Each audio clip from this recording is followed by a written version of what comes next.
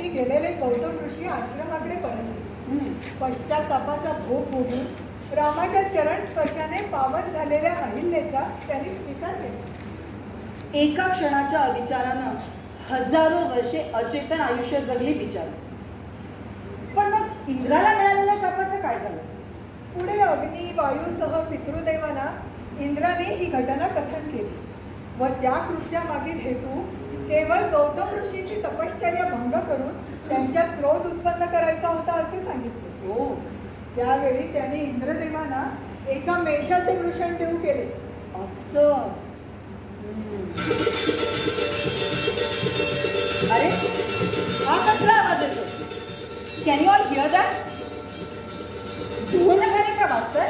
अरे महाराज दशरथांनी रामाचा राज्याभिषेक करण्याचे ठरवले. रिअली? समस्त अयोध्यावासी आनंदोत्सव साजरा करीत आहे. वाव.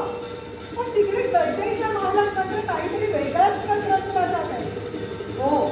चल पाहूया. चल पाहूया.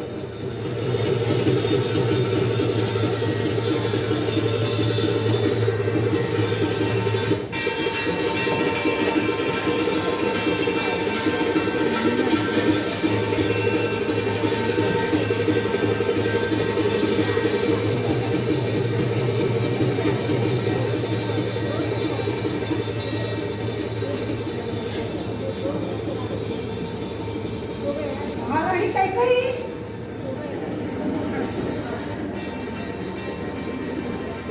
महाराणी कैकेयी,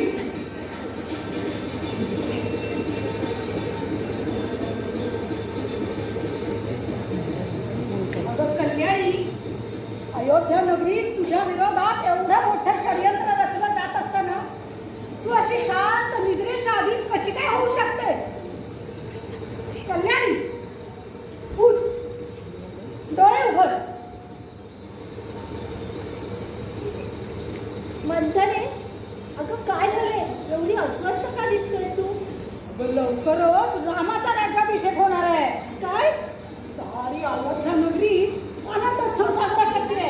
माझ्या रामाचा राज्याभिषेक होणार आहे? अगं मंथने, ही तर अगदी सुखात आणि प्रिय गोष्ट सांगितलीस तू.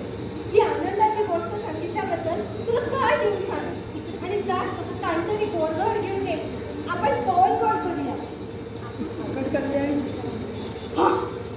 कल्याणी, अगं तुझं तोंड कडू व्हायची वेळ झाली आता.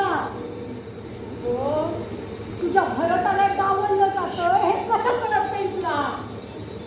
खरं तर राज्याभिषेक भरताचा व्हायला हवा. नाही मंथने, भरत अजून अजाण आहे. राम महाराज दशरथांचा ज्येष्ठ पुत्र आहे. शिवाय तो धर्मनिष्ठ, गुणवान, आत्मसंयमी आणि सत्यनिष्ठ आहे. त्याचा राज्याभिषेक होणे अगदी योग्यच आहे. कल्याणी, आज रामाचा राज्याभिषेक झाला तर उद्या त्याचाच पुत्र गादीवर बसेल. भरताला ही संधी कधीच प्राप्त होणार नाही. अगं, राम आणि भरत वेगळे का आहेत मला? राम, लक्ष्मण, भरत, शत्रुघ्न त्यांनी वेगवेगळे देह धारण केले असले तरी मनाने ते चौघही एकरूप आहेत. कल्याणी, कल्याणी, कशी समजावू तुला? माझ्यावर विश्वास ठेव. राम तुझ्या पोटी जन्माला आला नाही हे कायम लक्षात असू दे. उद्या कौशल्य महाराणी तुला आपली दासी बनवून तिची सेवा करायला लावेल. छे, काहीतरीच काय. कौशल्य राणी साहेबांचं माझ्यावर खूप प्रेम आहे. त्या मला धाकटी बहीण मानतात. कल्याणी, मूर्खपणा करू नकोस. कोणत्याही भ्रमात राहू नकोस. माझा आई, उद्या समुद्र पर्वतासह रामाला पृथ्वी प्राप्त झाली तर भरताचा अभ्युदय तेथेच थांबेल. तुम्हा दोघांची शोचनीय अवस्था होईल. भरताचा घात होईल.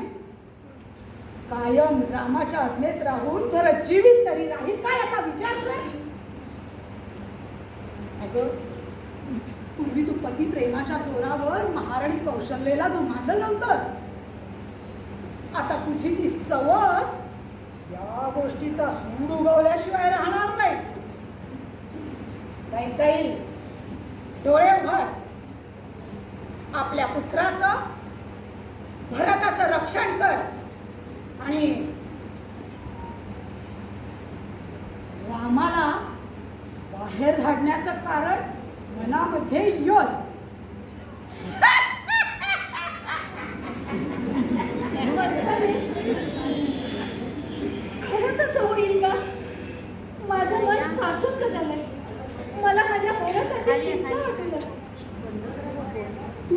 चिंता करू नकोस. अगं सत्तेपुढे प्रेम, माया, लोभ, आत्मीयता, आपुलकी या साऱ्या गोष्टी पोट ठरतात. मला तुझं बोलणं पटू लागलंय, पण रामाला बाहेर काढून भरताचा राज्याभिषेक घडून आणण्याची ही गोष्ट कोणत्या उपायाने साध्य होईल? कल्याणी, तू एक गोष्ट विसरलीस. पूर्वी देवदैत्यांच्या युद्धामध्ये तुझा पती देवेंद्रांना सहाय्य करण्यासाठी गेला होता. तेव्हा तो तुलाही सोबत घेऊन गेला होता.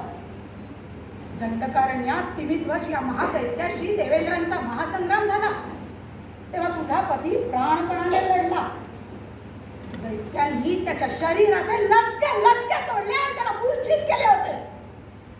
त्यावेळी तू स्वतः त्या दैत्यांशी लढलीस आणि आपल्या पतीचे प्राण वाचवलेस. महाराज दशरथांनी खुश होऊन तुला हवा तो वर मागायचं सांगितलं होतं. योग्य वेळ येईल तेव्हा मागे म्हणाली होतीस. काय